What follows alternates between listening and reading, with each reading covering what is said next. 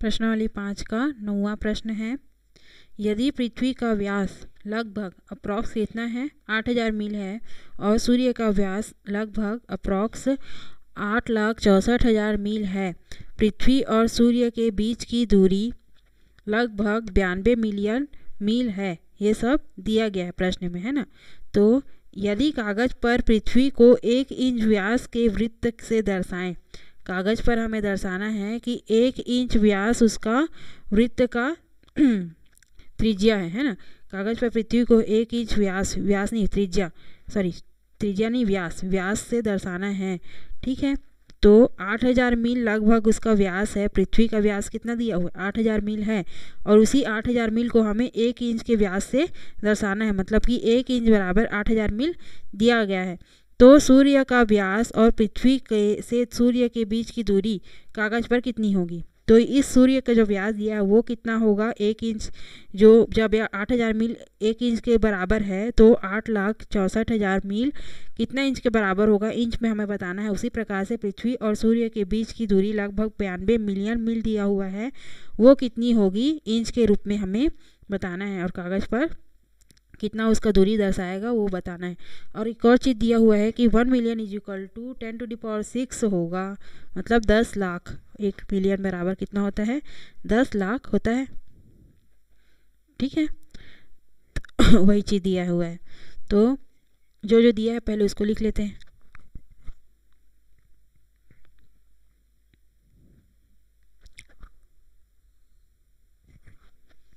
नौवां प्रश्न है, दिया गया है पृथ्वी का व्यास 8000 मील, ठीक है, और सूर्य का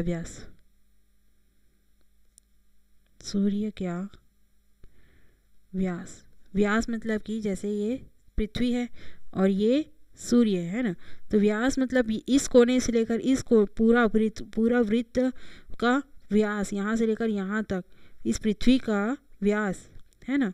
त्रिज्या नहीं, त्रिज्या होता तो इस पॉइंट से केंद्र से यहाँ तक की दूरी होती है ना, आधा दूरी, लेकिन पूरा यहाँ से लेकर पहले एक कोने से लेकर पूरे दूसरे कोने तक की दूरी कितनी है 8000 मील लगभग, है ना। ये हमें अनुमानित मान दिया हुआ है, लगभग इतना है करके। और सूर्य का व्यास दिया हुआ है 8,64,000 मील, ठीक। डिस्टेंस भी सूर्य और पृथ्वी के बीच का डिस्टेंस क्या दिया हुआ है प्रश्न में, सूर्य और पृथ्वी के बीच की दूरी लगभग 92 मिलियन मील दिया हुआ है। पृथ्वी और सूर्य की दूरी 9 मिलियन मील, है ना, 9 मिलियन मील दिया हुआ है। 9 नहीं 92 मिलियन मील दिया हुआ है, ठीक है। अब हमें एक और चीज़ दिया हुआ है कि 1 मिलियन इज इक्वल टू होता है 10⁶, ये चीज़ एक तो दिया हुआ है। और प्रश्न में दिया हुआ है कि 1 इंच बराबर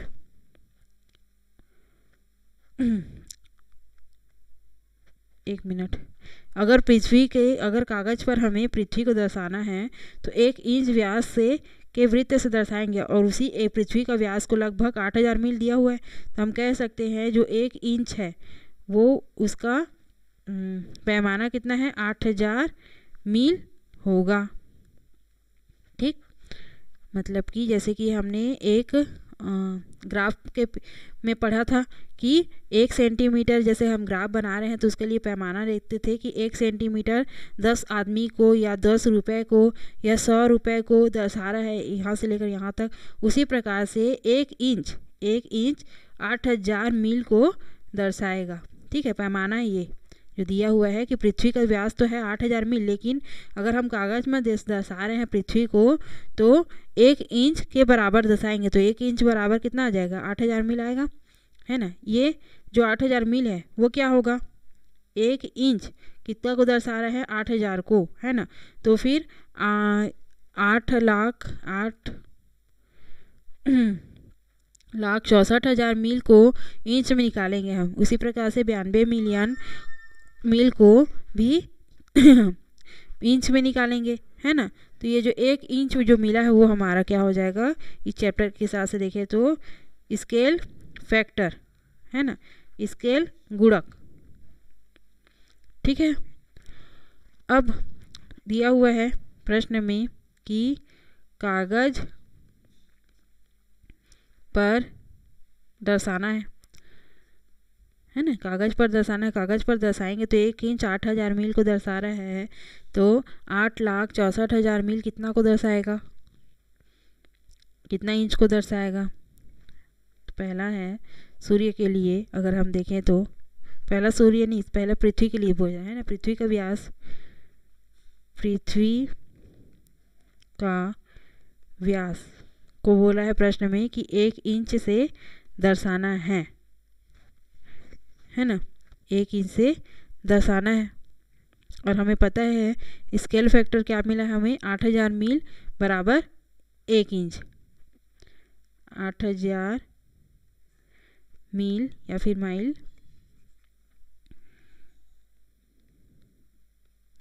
बराबर 1 इंच। तो 1 मील बराबर कितना होगा, कितना इंच होगा,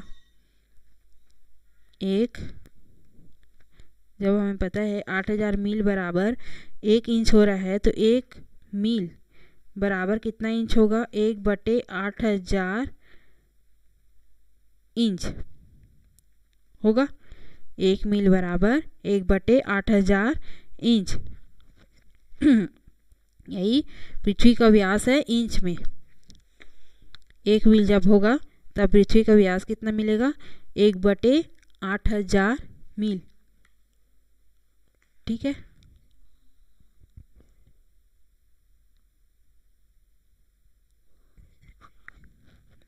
अब सूर्य के व्यास निकालते हैं।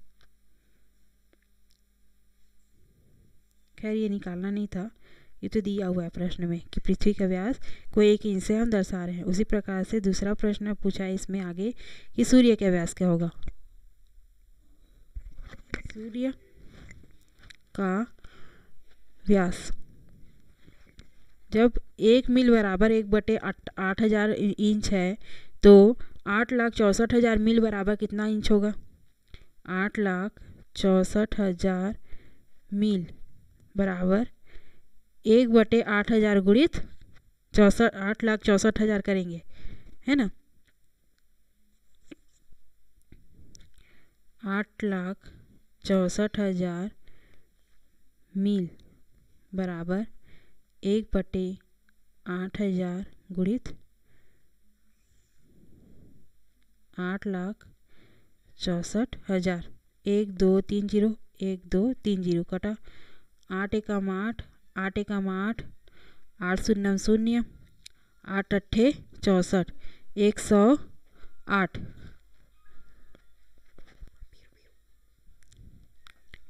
108 ये मील में नहीं इंच में है ना, इधर इंच है, ये इस साइड में मील। 8,000 1 मील बराबर 8,64,000 मील होता है। तो 1 मिनट, 1 मील बराबर 1/8000 मील इंच होता है। तो 8,64,000 मील बराबर कितना इंच होगा, 108 इंच होगा, 108 इंच। उसी प्रकार से हमें तीसरा पूछा है कि सूर्य और पृथ्वी के बीच की दूरी। प्रश्न में सूर्य और पृथ्वी के बीच की दूरी को कागज पर पूछा है, कितना दर्शाएंगे करके, है ना। ये सब हम कागज पर निकाल रहे हैं, कागज पर दर्शाना है इस वजह से। तो सूर्य से पृथ्वी के बीच की दूरी हमें दिया हुआ है 92 मिलियन मील। ठीक है। तो पहले तो 92 मिलियन को हमें बदलना है। हमें पता है 1 मिलियन बराबर 10⁶ होता है ना। तो 92 मिलियन को हम क्या लिख सकते हैं, 92 इंटू 1 मिलियन को हम बदल सकते हैं 10⁶ के रूप में, है ना। तो 92 गुणित 10⁶ मील, 1 मिलियन बराबर 10 10⁶ होता है। तो 92 मिलियन इज इक्वल टू 92 गुणित 10⁶ लिख सकते हैं, 92 मील, है ना, मिलियन मील 10 आ गया, इज इक्वल टू कितना आएगा। फिर उसी को करना है, मील को हमें इंच में बदलना है। 1 मील बराबर 1/8000 इंच होता है। तो 92 गुणित 10⁶ मील बराबर 1/8000 गुणित 92 गुणित 10⁶। अब ये 10⁶ में से 6 जीरो है, मतलब कि 6 जीरो से 3 जीरो हटा सकते हैं, है ना। 3 जीरो ये यहाँ पे कटा, 3 जीरो यहाँ पे कटा, तो बचा क्या, 1 मिनट इसको यहाँ पे नीचे बनाते हैं। 1/8000 गुणित 92 गुणित 10⁶। 1 2 3 जीरो, यहाँ पे सिर्फ 3 जीरो कटा, और क्या कटेगा, 8 एकम 8,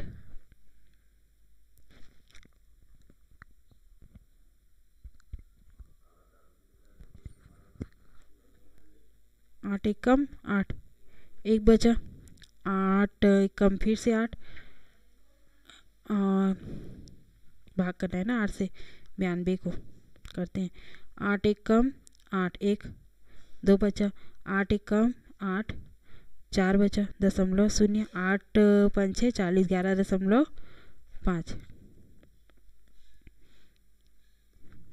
11.5 गुणित 10⁻3।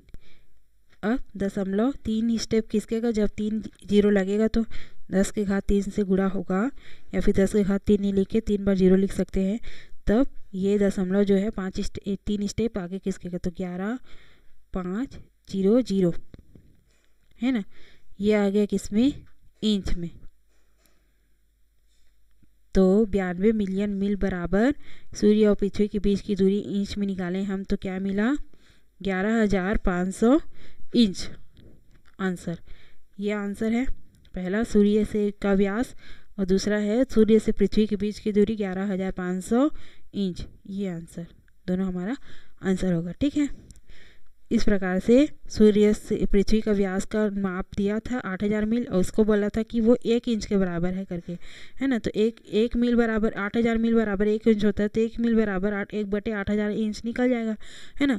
अब इसके बाद क्या करेंगे, जो सूर्य के व्यास मील में दिया था और सूर्य से पृथ्वी के बीच का जो दूरी वो भी दिया था मिलियन मील में, उसको हमने इंच में बदल दिया, ठीक है। नेक्स्ट देखते हैं इसके बाद 10वां प्रश्न है, यदि दो समषटभुजों का परिमाप का अनुपात 5:4 है तो उनकी भुजाओं का अनुपात क्या होगा। पहले तो 2 समषटभुज बना लेते हैं, है ना। षटभुज जिसकी 6 भुजाएं हो, का परिमाप का अनुपात 5:4 है।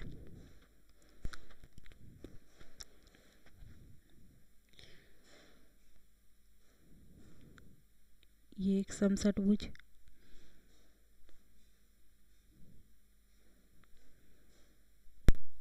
है, दूसरा एक छोटा एक बड़ा बना लेते हैं, जरूरी नहीं है।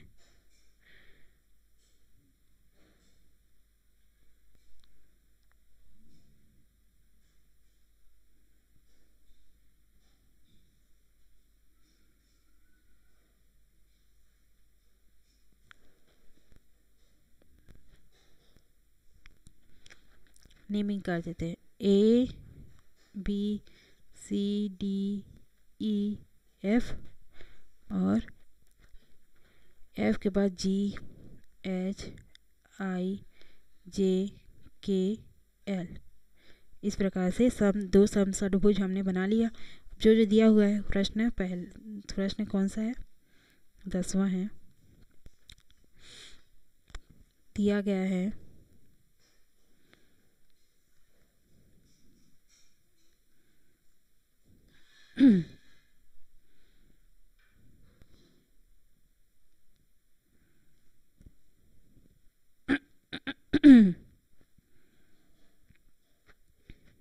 समषटभुजों का परिमाप का अनुपात, है ना।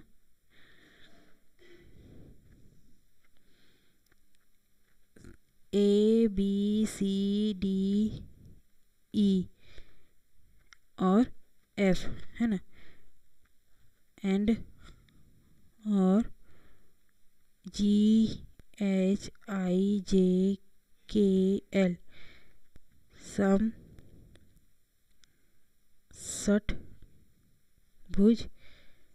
हैं जिनका परिमाप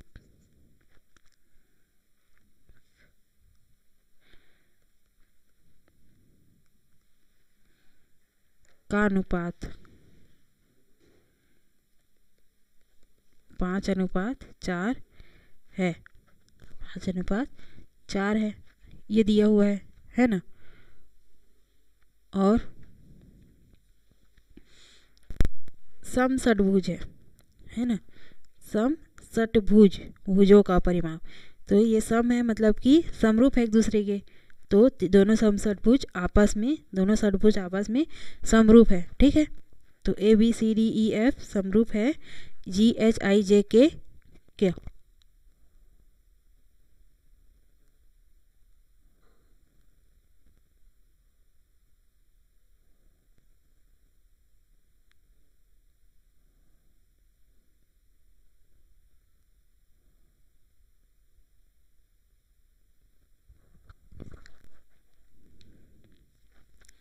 और क्या दिया हुआ है कि ए बी या फिर षटभुज षटभुज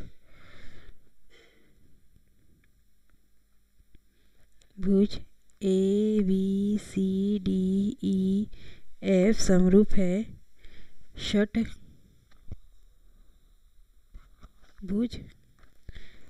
जी एच आई जे के एल के, ये हमें दिया गया है ना। तो उनका अनुपात है, परिमापों का अनुपात, दोनों के परिमाप का अनुपात 5:4 है, ये भी दिया हुआ है ना।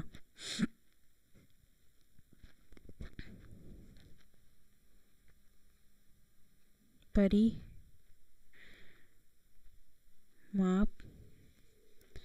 ए B C D E F upon परिमाप जी एच आई जे के एल इज इक्वल टू 5/4, ये दिया हुआ है, ठीक है। जब दोनों समषटभुज आपस में समरूप है तो इनकी संगत भुजाएं का अनुपात भी आपस में बराबर होगा, है ना। तो ए बी का संगत भुजा यहाँ पे कौन सा दिख रहा है, जी एच, दोनों जब आपस में समरूप है तो ए बी भुजा का संगत भुजा है जी एच, ए बी अनु अपॉन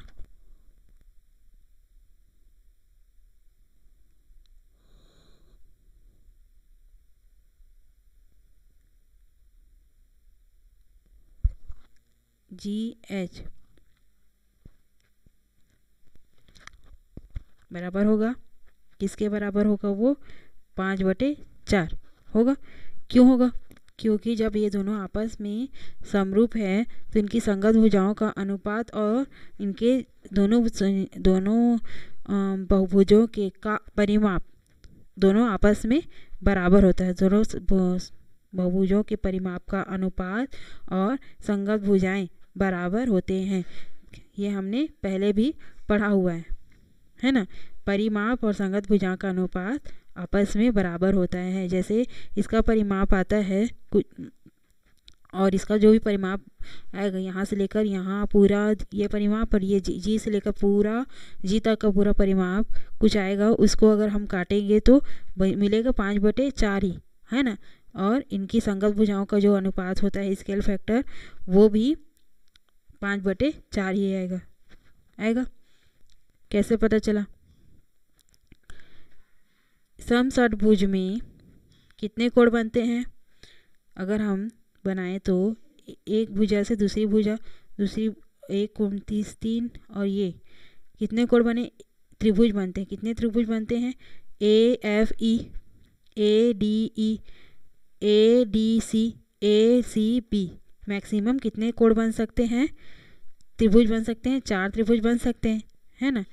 तो कितनी भुजाओं की संख्या है उसको हम n से n मानते हैं, है ना। भुजाओं की संख्या -2 × 180 कितना डिग्री का कोण बनेगा?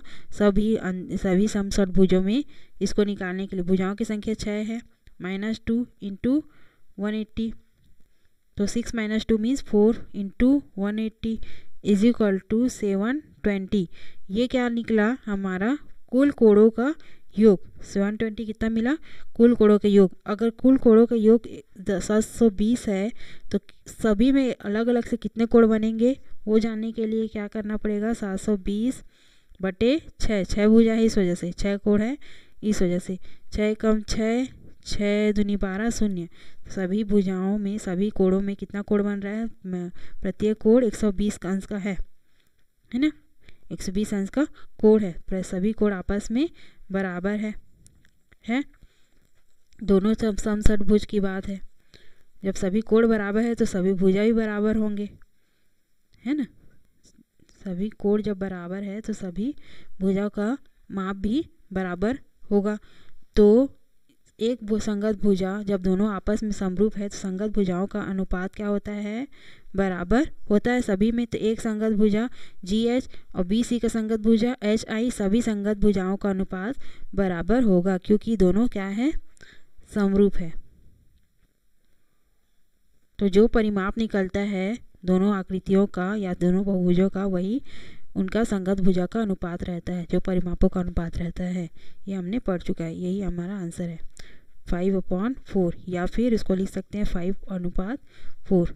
एक संगत भुजा का अनुपात ही सभी संगत भुजाओं का अनुपात होगा। आंसर नेक्स्ट देखते इसके बाद हमने सीखा दो समरूप आकृतियों की माप में विशेष अनुपात होता है जिसे स्केल फैक्टर या तो स्केल गुणक कहते हैं। जो जब आकृति आपस में जब समरूप होती है तो उसके माप में विशेष अनुपात होता है, उसे ही हमें स्केल फैक्टर कहते हैं। स्केल फैक्टर सभी भुजाओं के मापों के लिए बराबर होता है। दो बहुभुज जिनकी भुजाओं की संख्या समान हो समरूप होते हैं। यदि उनकी संगत भुजाएं समानुपाती हों उनके संगत कोण बराबर होते हैं। अच्छा, जो समरूप जो बहुभुज, कोई बहुभुज हो सकता है, त्रिभुज, चतुर्भुज, समांतर चतुर्भुज, कुछ भी, है ना, जिनकी भुजाओं की संख्या समान हो, जिनकी भुजाओं की संख्या समान हो, समरूप होते हैं यदि उनकी संगत भुजाएं समानुपातिक हो और उनके संगत कोण बराबर हो। समरूप तभी होंगे जब उनकी भुजाएं समानुपाती हो और संगत कोण बराबर हो। ठीक है। यदि किसी त्रिभुज की एक भुजा के समांतर अन्य दो भुजाओं को भिन्न भिन्न बिंदुओं पर प्रतिच्छेद करने के लिए एक रेखा खींची जाए तो यह रेखा अन्य दो भुजाओं को एक ही अनुपात में विभाजित करती है। यह हमने कहाँ से पढ़ा है? थेल्स थ्योरम से, है ना। यदि एक रेखा किसी त्रिभुज की दो भुजाओं को एक ही अनुपात में विभाजित करे तो वह तीसरी भुजा के समांतर होती है। यह हमने किस में पढ़ा है? कन्वर्जन ऑफ थेल्स थ्योरम से, है ना, थेल्स थ्योरम के विलोम से। सभी सर्वांग सम बहुभुज समरूप होते हैं। सभी सर्वांग सम बहुभुज समरूप भी होते हैं। किन्हीं दो समरूप बहुभुजों के परिमाप का अनुपात, ये देखो यहाँ पे लिखा है, किन्हीं दो समरूप, अगर समरूप है वो बहुभुज तो उनका परिमाप का अनुपात क्या होता है? उनकी संगत भुजाओं के अनुपात या स्केल गुणक के समान होता है। अगर हमें परिमाप का अनुपात 5/4 10वां प्रश्न में दिया था, वही उसके संगत भुजाओं का अनुपात के बराबर हमें मिलेगा, जैसे हमने अभी अभी बनाया। यदि दो त्रिभुजों में एक त्रिभुज, अच्छा, स्केल गुणक के भी बराबर होता है ना, इसी को स्केल गुणक भी कहेंगे। यदि दो त्रिभुजों में एक त्रिभुज के दो कोण दूसरे त्रिभुज के क्रमशः दो कोणों के बराबर हो तो वो दोनों त्रिभुज आपस में समरूप हो जाएंगे। कहाँ से? कोण समरूपता से।